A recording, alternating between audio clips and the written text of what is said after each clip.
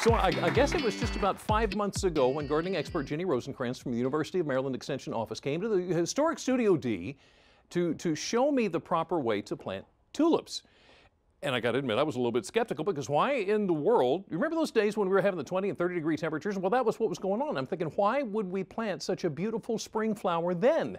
Well, Ginny is back today to show us exactly why. It's wonderful to have you. Thank you. And this is it? This is what you did. These are the ones I planted. These are the ones you planted. Look at, they're absolutely beautiful. Wow. And what I thought was neat was, remember we had two different types. We had solid color and we had striped colors. Right. And we didn't know when we were planting them what was what, and it just turned out so beautiful. Now the striped ones actually have variegated foliage, so all winter when they were sitting under like real cold, there was nothing there. Yeah. But as soon as spring came out, they started coming out. And I really wanted to call you up and show you pictures, and I should have done that. But look how beautiful it is. I love this. Tulips like cold weather. Remember, they're from up north. Yes, yes. So, I mean, like right now, they're absolutely spectacular. And this is what spring's all about. Seeing something coming up from the ground with absolutely nothing to show for it. And then you have leaves, and then you have flowers. It's wonderful. You have got that green thumb going. Green thumb, greener than I thought it was. Okay, awesome. Now what are we talking about today? Because these are gorgeous, but I want to get them out of the way so we can see what we're talking about today. What are we talking about today? We're going to ring in spring with coral bells. Coral bells. So oh, I like that. Ring in spring. I got that. Yeah, it took me a second, but I got it. Well, coral bells. Coral bells originally started out with green leaves and coral colored flowers, like that one over there, because that's called spice. Okay. And peppermint spice. And I love it because it's green with original coral flowers. Right. But plant breeders just cannot let things go. And they started playing around with it. And they found that they had nothing to do one night? Probably. Okay, all right. Maybe alcohol was involved. Yeah, moving on. So they decided to go ahead and get some different varieties out there because they can be so popular. And the first one was Purple Palace, and that's what this one is now. This is Purple Palace? It doesn't look like a purple one because it's not purple. If you keep it in the shade, it's more green. Yeah. But the more sunlight it gets in the morning, the more purple it gets. Purple. Yes, yes. So the one right over here is purple plum pudding. Plum pudding. That is definitely purple. Look, yes. Isn't that gorgeous? I like that. That's very pretty. And the underside of the leaves is a really dark, rich purple color. So that's really lovely. Okay. Now the flowers of these purple varieties are going to be white instead of coral. So even though they're called coral bells, they really have white flowers. Okay. So that one over there in the very, very front, you can see the white flower starting up. Right.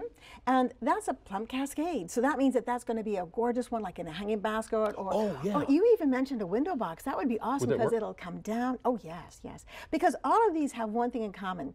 They like to have morning sun, afternoon shade, but they like the kind of soil that we have on the Eastern Shore. Sandy soil. They need well-drained soils. And boy, do we have well-drained soils around here. So the plum cascade would be a good one for a window box or somewhere that you want to. Or even a container. Or a container. So it can go ahead and cascade down, right. Gotcha. And this one's really cool. This is called Glitter.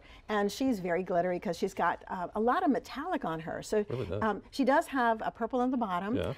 And she's got veins that are kind of purpley, but she's got that silver glitter on top. But look, she's got coral. Yes. All of these are coral bells. These are all coral bells, right. This one I like. This is called grape soda. I know. Don't you love these things? I do, yes. The other cool thing about all these is that where we are on the Delmarva Peninsula, they are green or colorful all winter. Right. So even though this one's called Rio and it sounds like it's from Brazil and it's really, really hot, yeah, even in the fall and in the wintertime, that's going to maintain the color. Now this one's kind of cool. This is called Red Lightning. Oh. And with that bright, almost shocking green, with that red, the veins are just like pow. No kidding. I like that one a lot. Cool. Yeah. Whereas this is a lot more subtle. This is Galaxy, and it has a little kind of pink spots through it. So they're all really cool, different varieties of coral bells. And I'm sorry, you said this, and I think it went right past me. You said these are the perfect plants for our soil. Why? Because they like well-drained soils, and we have such sandy soils. So if it's sandy, yes, it's okay. Absolutely. If you see it, like for instance, after rainstorm, and you see your property has got puddles, don't plant them where the puddles are. Okay. That's the easiest way to do it. Is there a good time of year to plant them? If they're in a container like this, anytime. Okay. Anytime. And Arbor Day's tomorrow, so I mean, plant a plant. There you go. And I am glad that you mentioned that because you're going to take me outside and we're going to talk planting trees for Arbor Day tomorrow. It's a deal. Okay? Absolutely. All right. So